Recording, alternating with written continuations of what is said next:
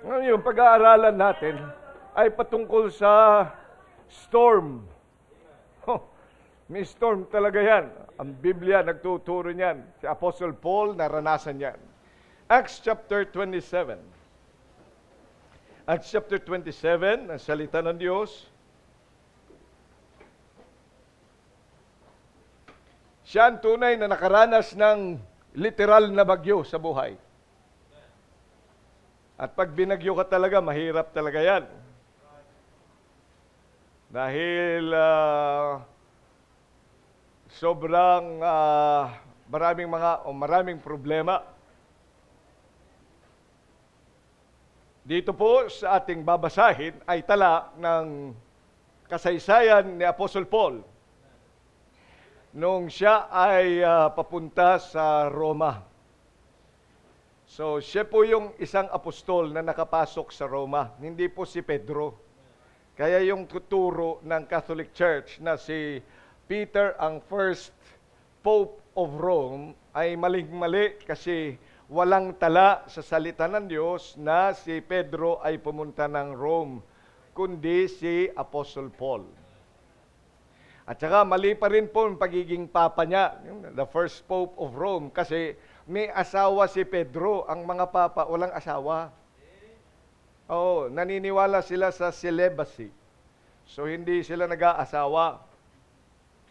Kung anak, hindi ko alam kung may mga anak sila, pero balita ko marami. Pero wala silang mga asawa. Si Pedro, pag binasa mo ang Biblia, may asawa siya. Kasi nga, may biyenan siya. May biyenan. Meron bang may biyenan pero walang asawa? Oh, di ba? Meron yan. No? Kaya meron siyang asawa. So, hindi talaga si Pedro.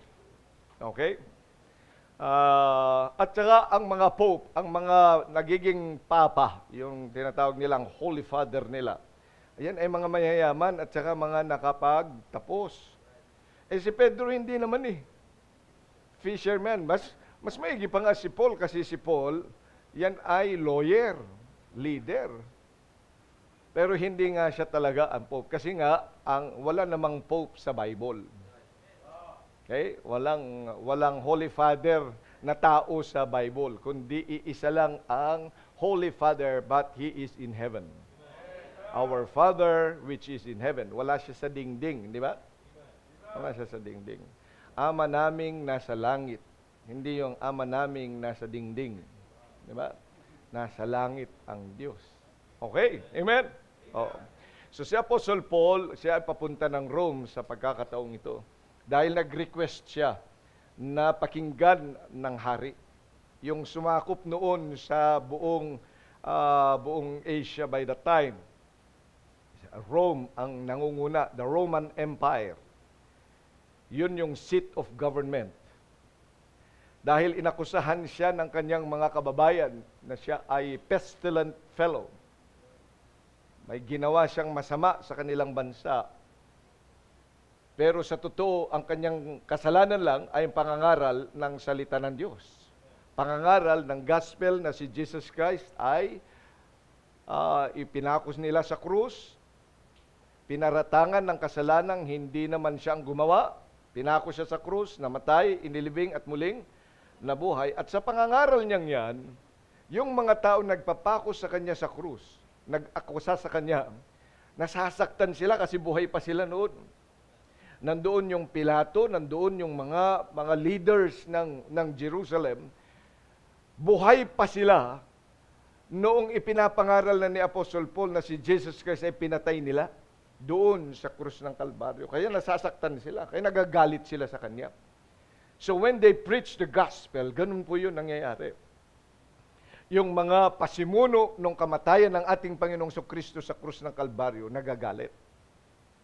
So at that time, he was preaching from one place to another. Pero this time, he has already appealed to Caesar para siya ay makipag-usap sa kanya. So naglalayag na sila ngayon, nasa barko sila.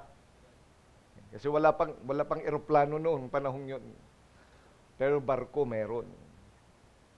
At dito, Nung una, sabi niya, dito sa Acts 27, nung sabi niya, huwag tayong tumuloy, huwag dyan ang dadaanan natin kasi mayroong typhoon. Mayroong ipo-ipo diyan, masisira yung barko. Kaya lang, siyempre si Apostle Paul, lawyer, may alam ba siya sa paglalayag? Wala. Hindi siya pinakinggan. Ang pinakinggan nila ay yung mga, siyempre, doon sa maraming experience. Yung piloto ng vapor, siyempre, yun ang mas pakikinggan nila. Kasi tiningnan nila yung panahon, wala naman. Pero sabi na Apostle Paul, hindi, may bagyo darating. Pero hindi siya pinakinggan, nonetheless, sumakay pa rin sila, si Apostle Paul kasama ang ilang mga bilanggo. Okay? Mga bilanggo doon sa panahon niya. And so, sa verse number 13, doon tayo. Ito ngayon nangyari. And when the south wind blew softly, supposing that they had obtained their purpose, losing thence, they sailed close by Crete. But not long after there, arose against in a tempestuous wind called Euroclydon. And when the ship was caught and could not bear up into the wind, we let her drive. And running under a certain island, which is called Clauda, we had much work to come by the boat, which when they had taken up, they used helps, undergirding the ship, and fearing lest they should fall into the quicksands, strake sail, and so were driven. And we, being exceedingly tossed with the tempest, the next day, they lightened the ship. And the third day, we cast out with our own hands the tackling of the ship. And when neither sun nor stars in many days appeared, and no small tempest lay on us, all hope that we should be saved was then taken away. And then, verse number 21, but after long abstinence, Paul stood forth in the midst of them and said, Sirs, you should have hearkened unto me, and not to have loosed from Crete, and to have gained this harm and loss. And now I exhort you to be of good cheer, for there shall be no loss of any man's life among you, but of the ship. For there stood by me this night the angel of God whose I am, and whom I serve, saying, Fear not, Paul, thou must be brought before Caesar.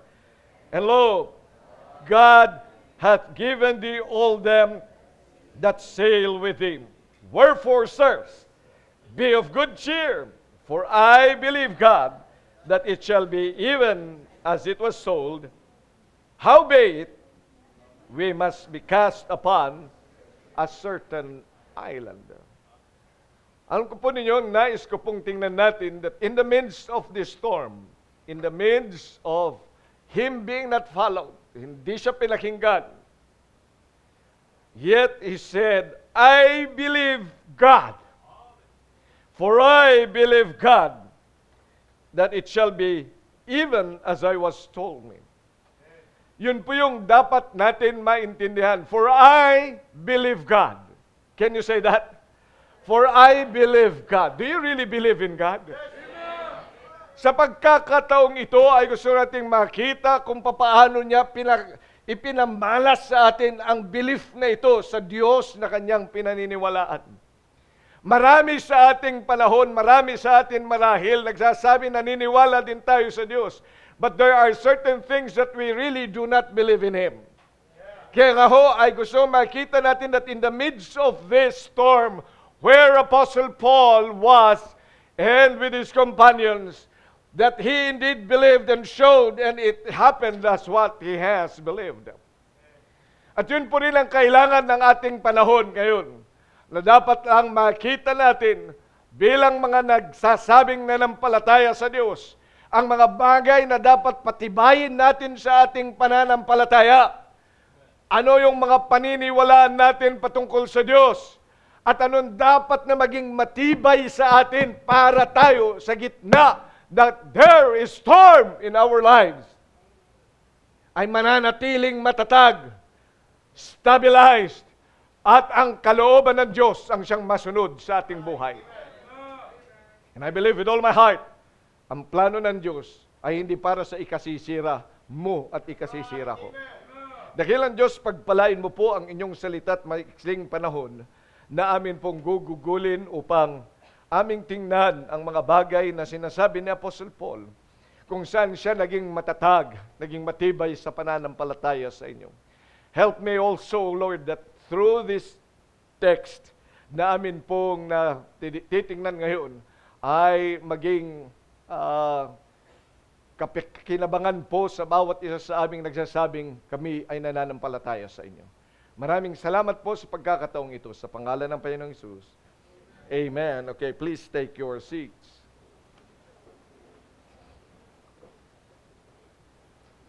For I believe God. Alam po ninyo, bilang mga mananampalataya, ang mga pagkakataon o pangyayari sa Bible ay mayroon lagi yang sinasabi sa atin.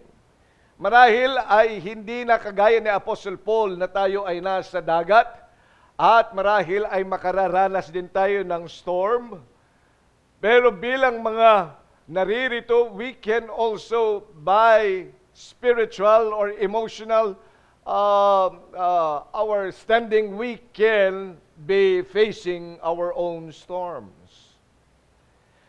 Marahil ay tayo'y makararanas ng kahirapan sa ating pong puso, sa ating isip, at sa ating buhay. At ang tawag natin dyan ay bagyo.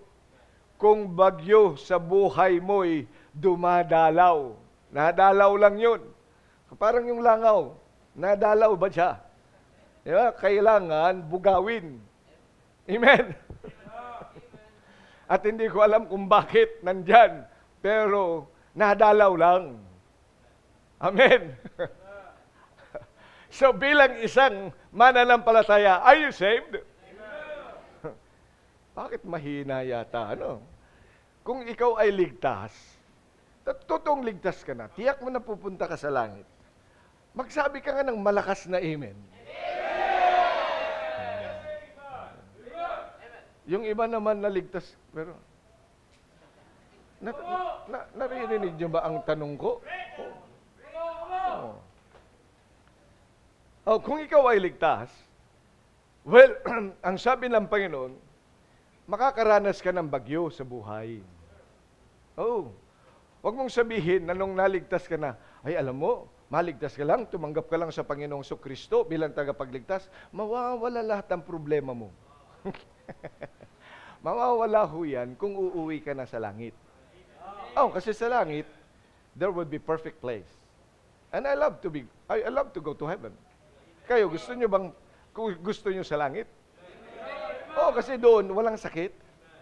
Sa totoo nga, yan ay walang sakit. That's the reality of it all. And so we are excited that we can see God in heaven. Amen. Ayun nun.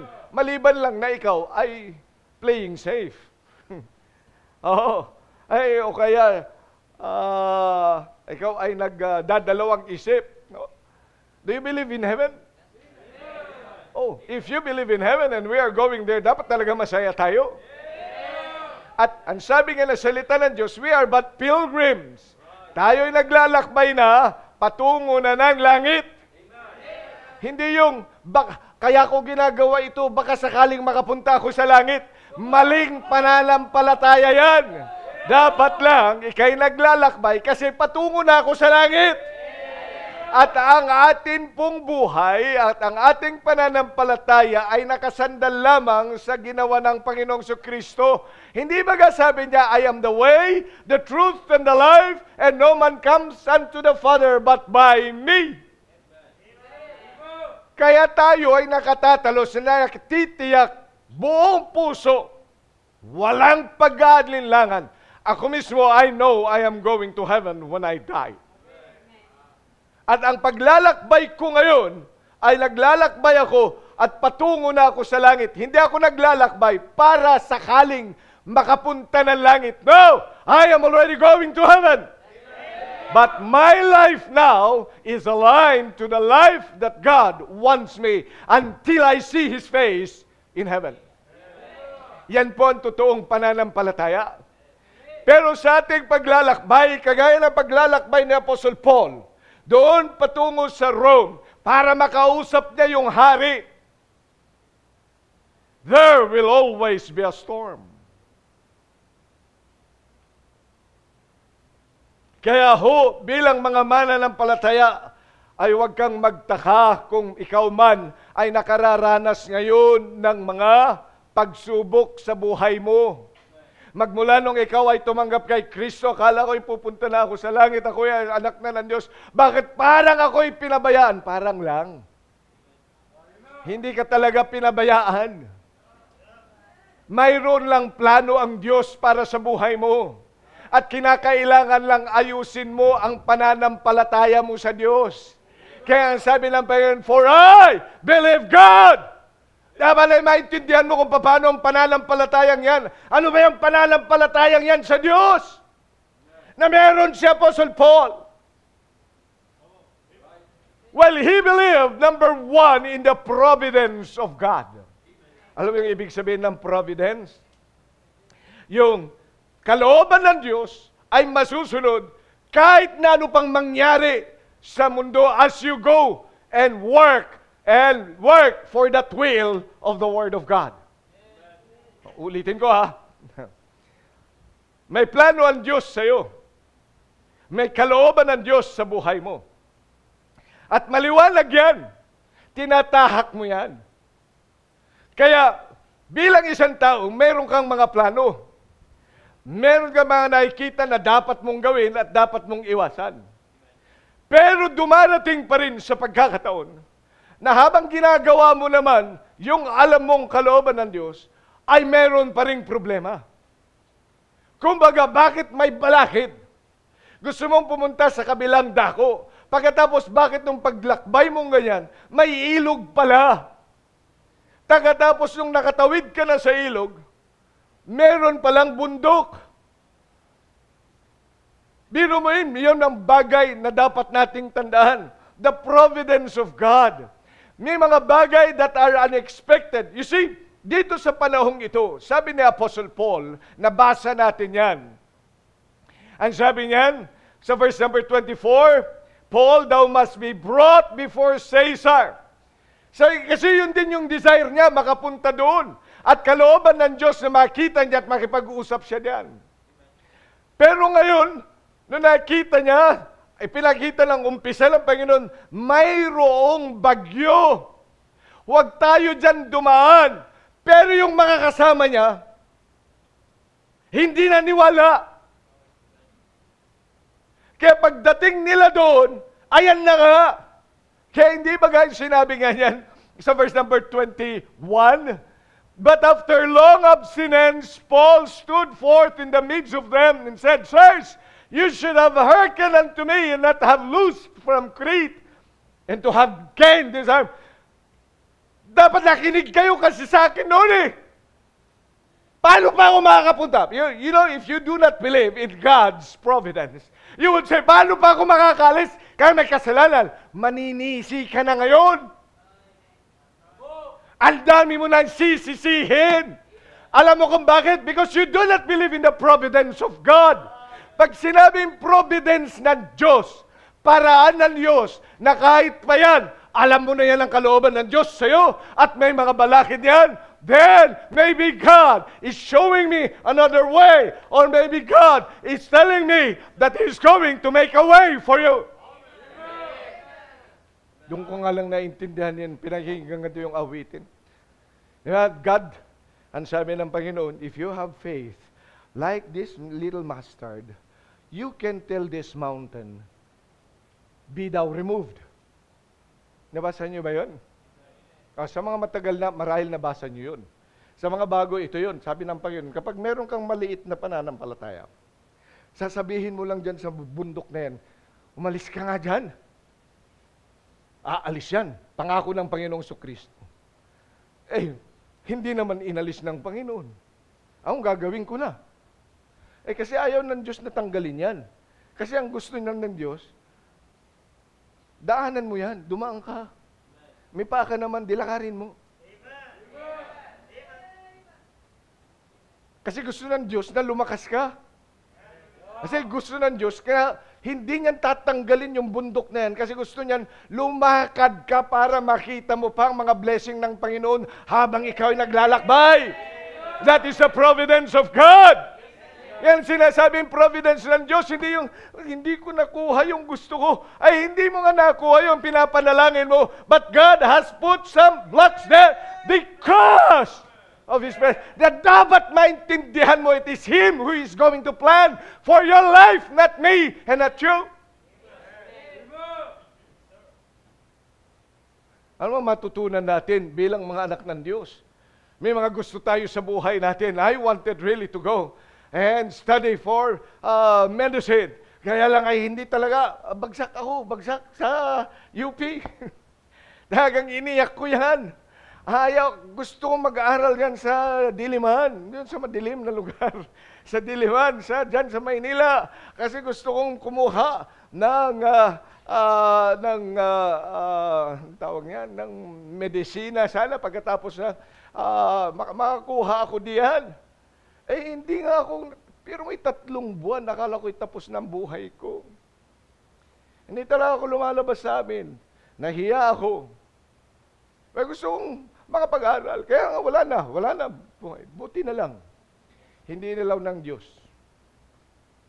Ngayon ko lang nalaman. Kung ako ay nandoon, hindi ko alam kung anong buhay ko. Buti na lang, dito ako dinala ng Diyos. May mga bagay sa buhay natin, plano natin. Pero alam mo, ang pinakamagandang ganyan, matutunan mo, is to believe in the providence of God. Marahil kayo bumagsak sa bagay na yan. Pero hindi ibig sabihin yan, natapos na. I think the Lord has still planned for you. Tingnan nyo dito sa atin, di ba? Isang araw, meron tayong drawing dyan kung anong gagawin natin sa building na ito. Ilang araw, taon tayo as a church, pinanalangin natin, ito yung gagawin natin para dito sa building na ito. Pero after some time, binago ng Diyos. Nag-alok siya ng mas malaking lugar kung saan tayo magpapatayo ng kanyang bahay-sambahan. Ngayon, nandun na sa kabila. Amen! At ngayon ay pinaplano na natin para diyan. It's because we trust in the providence of God.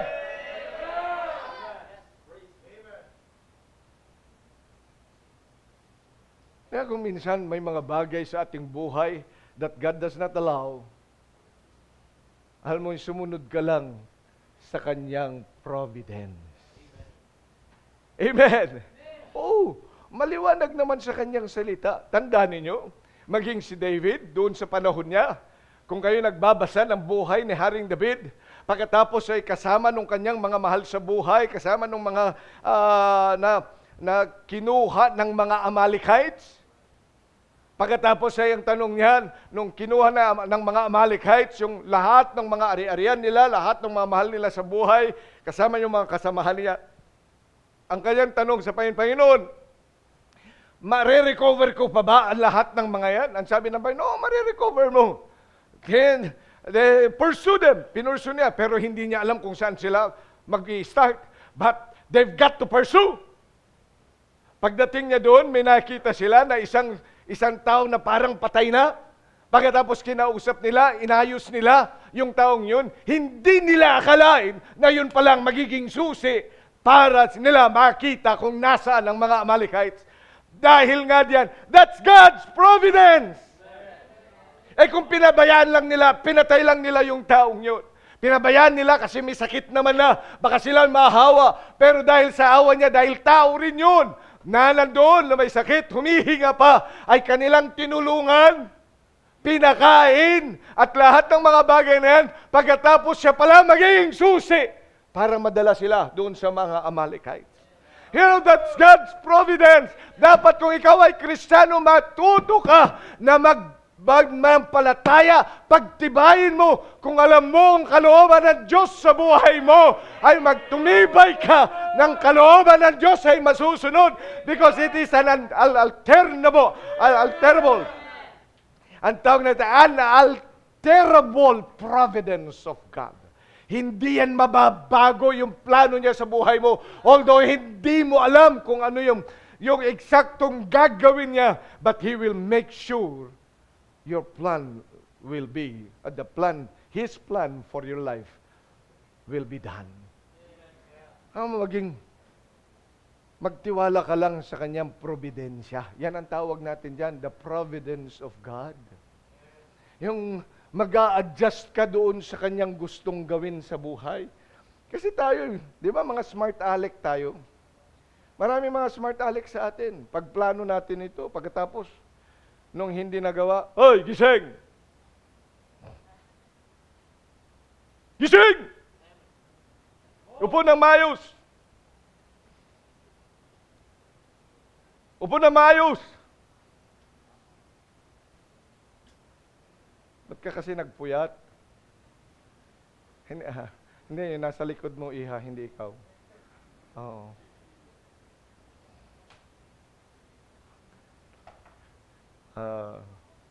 Lumalagpas sa'yo.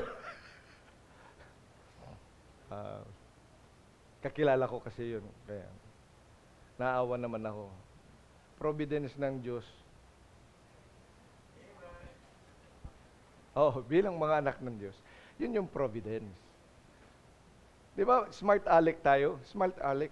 Yung pag may plano tayo sa buhay, hindi natin nakuha, nagwawala tayo, di ba?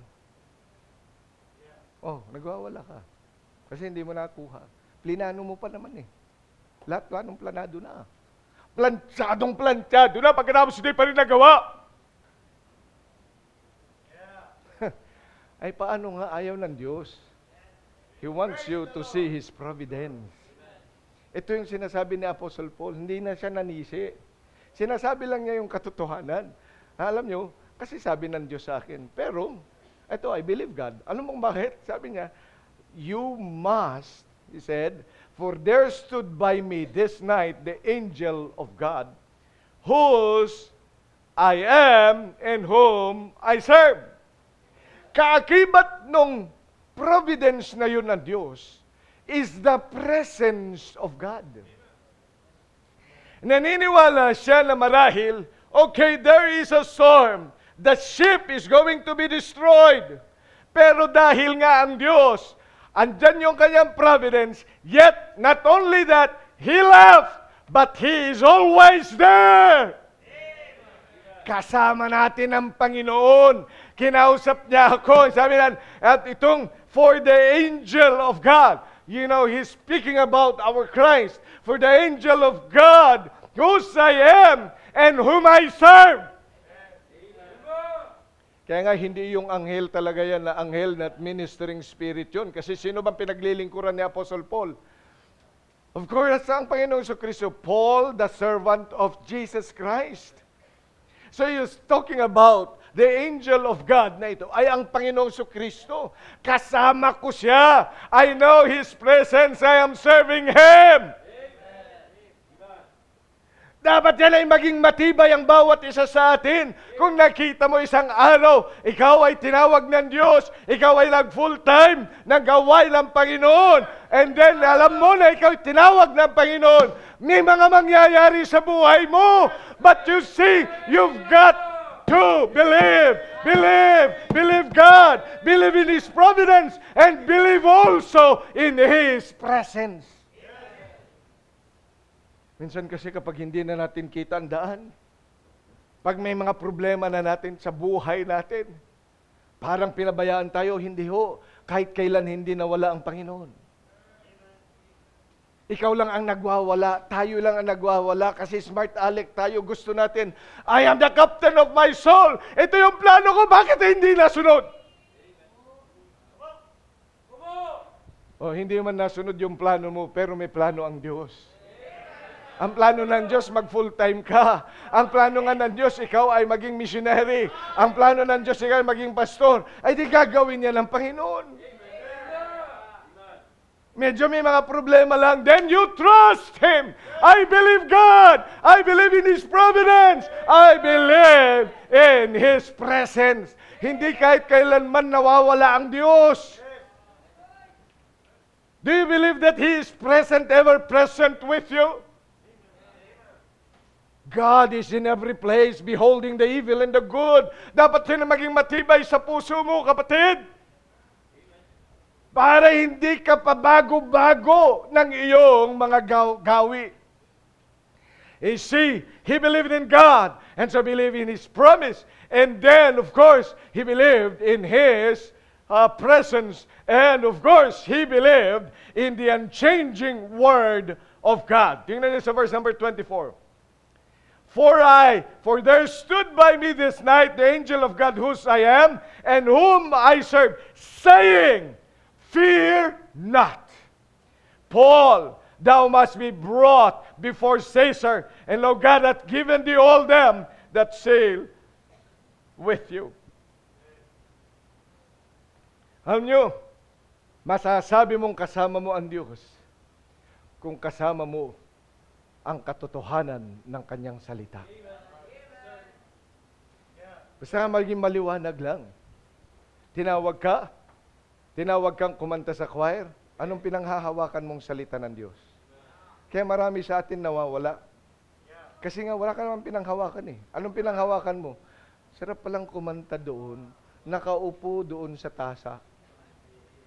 Kitang-kita lagi, hindi makatulog. Masarap pala doon tumugtog. Masarap pala yung ganyan. Maganda palang maglingkod sa Diyos. Masarap pala yun ang pinanghawakan mo. Ang panghawakan mo ay ang salita ng Diyos. Noong ako ay nagsuko na aking buhay, tinawag ako ng Diyos. Sa Psalm chapter 128, nandun ang aking devotion. Pagkatapos, ang tanong ko lagi sa Panginoon, Panginoon, magre-resign na ba ako sa trabaho ko? Mananatili ako. Ano bang sabi ng Panginoon doon sa nabasa ko? I will be with thee in thy going out and thy coming in. Alam mo, pagkabasa ko, I will be with you when you resign and you go to another place. Kaya magmula sa araw na yun hanggang ngayon, every time na gusto kong sana balik ako kasi maraming ma-discouragement. May mga gusto akong bilhin. May mga kuminsan mapangmata. Di ba? Pag walang-wala ka, akala mo naman, bibilhin din kita. Dali-dali lang naman yung kumita ng pera niyan eh. Babalik ako sa pagtatrabaho. Pero babalik ka dun sa sabi ko, ang sabi ng Panginoon, kasama mo siya eh. Umalis ka dun eh. Ba't ka pa babalik? Ano ka? Ba't ka pa babalik? Ay, iniwan mo na yan. Ay, di para ka lang aso. Sabi naman ng Panginoon, alam mo, yung nabalik lang doon, sa dati niyang gawi, ay parang aso lang. Aso. Biro mo yung aso ka? Bakit? Ay, yung aso ka. Yung aso ka. Di ba yung aso? Pag sumuka. Ya? Pag sumuka. Tama ba ako? Sumuka? O sumuka? Ano? Sumuka. Yung sumuka. Ha? Sige na nga, bala ka na. Nag-vomit. Okay. Di ba yung aso? Nag-vomit siya. Pagkatapos nung nagutom, anong gagawin? Bumabalik siya. Marami Kristiyano ganun. Nagsuko ng buhay na maging umawit para sa Panginoon. Maya-maya, balik siya doon sa kanyang worldliness. Nagsuko ng buhay, magturo sa Sunday school. Ngayon, ang tinuturuan niya, paano maglaro ng ML. Samantalang dati, nagtuturo siya ng bata. Ay, kung hindi ka ba naman, bumalik ka na naman doon sa isinuka mo. Ay, di anong tawag sa'yo? Ay, papaano nga? Bilang anak ng Diyos, dapat mong tandaan na dapat lamang pagtibayin mo ang pananampalataya mo sa salita ng Diyos. As I said, I believe God. You cannot believe God if you do not have the Word of God. Kaya bilang mga anak ng Diyos, pagtibayin natin yan. Sa providensya ng Diyos, He will always be here. Hindi yun nababago yung plano niya sa buhay mo. Ikaw ang nagbabago, tayo ang nagbabago, ang panahon ang nagbabago. Pero ang Diyos, ang plano niya, hindi kahit kailan. Ang plano niya, kanino kay Apostle Paul, makapunta nga doon sa Roma, makita niya yung hari. Pero may problema, there was a storm. Wala na silang pag-asang makapunta doon dahil sira na yung ship. But he said, the providence of God, he would trust it. And because he believes in God's providence, he also believes that God is always with him, always with him. He is present every time. Kaya hindi ko problema yung magawa yung kalooban ng Diyos sa buhay ko. Problemahin ng Diyos kasi kasama ko naman siya. Magtiwala lang ako sa kanyang presensya. At lalo mong pagtibayin ang iyong paniniwala sa kanyang salita. Kaya dapat matutunan mo talagang magkaroon ng Biblia sa buhay mo. At yan ay mahalin mo at mangusap ng Diyos sa buhay mo. Every time that you come to church, the Word of God, the man of God opens the Word. At yan ay tingnan mo ang mga salita ng Diyos na nagbibigay sa iyo ng pagtibay ng iyong pananampalataya. At huwag mo yang bibitawan pag ikaw aalis sa bahay, sambahang ito. Marami sa atin kasi very shaky ang kanilang pananampalataya sa bagay na yan. Dito, makikinig, papunta sa altar, mamaya, wala na. Balik sa dating ugali. Nakalimutan niya lahat ng mga bagay na kanya narinig. Ano yan dapat mong pagtibayin, kapatid? Is your belief in God. Amen. Mayroon marahil bagyo, problema. But the Lord will always be with us. Let's trust His providence. Let's trust His presence. Let's put our trust in His Word. Will you do that this morning? Nakita mo na ba ang kalooban ng Diyos sa buhay mo? Kung anak ka ng Diyos, plano ng Panginoon is that you live for Him. And you can see the King. Who is this King? No other than God who created you. He's our Savior. And you would see Him. You would face Him in heaven. Pero may mga problema. Huwag ka lang, pagtibayin mo lang yung iyong pananampalataya sa mga bagay na ito. Huwag lang sabihin natin, I believe in God. Pero pag meron na problema, pag meron lang yung gusto mong mangyari ay hindi na nasusunod, let God be God. Amen? Tayo lahat ay magsitayo. Muli, dakilang Diyos, maraming salamat po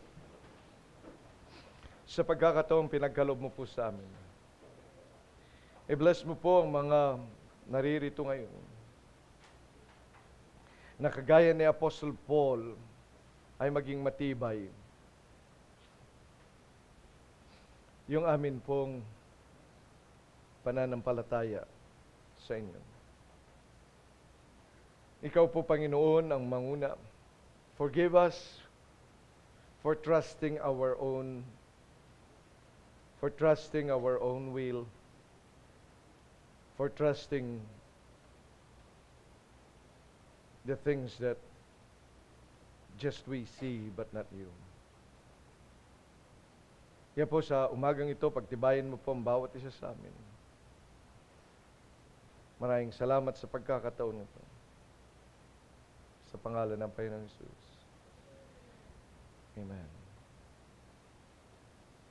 Habang tinutugtog ang awiting panyaya, I don't know how the Lord has spoken to your heart. But let's give time. Nakita mo na ba ang kalooban ng Diyos sa buhay mo? If you have already seen that will Just keep on. Marahil ay mayroong kang bagyo na nararanasan sa buhay mo. Jesus is always there with you. Trust His providence, His will, yun pa rin yung mangyayari. Yung nilagay niya sa puso mo na gagawin niya sa buhay mo, yun pa rin. Just trust His providence.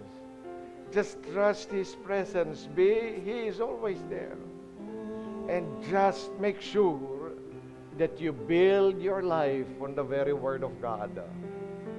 So the invitational song is being sung and played, but hindi tayo lumapit sa Panginoon dito sa altar. May pag-usap sa Panginoon, Lord, help me trust your will.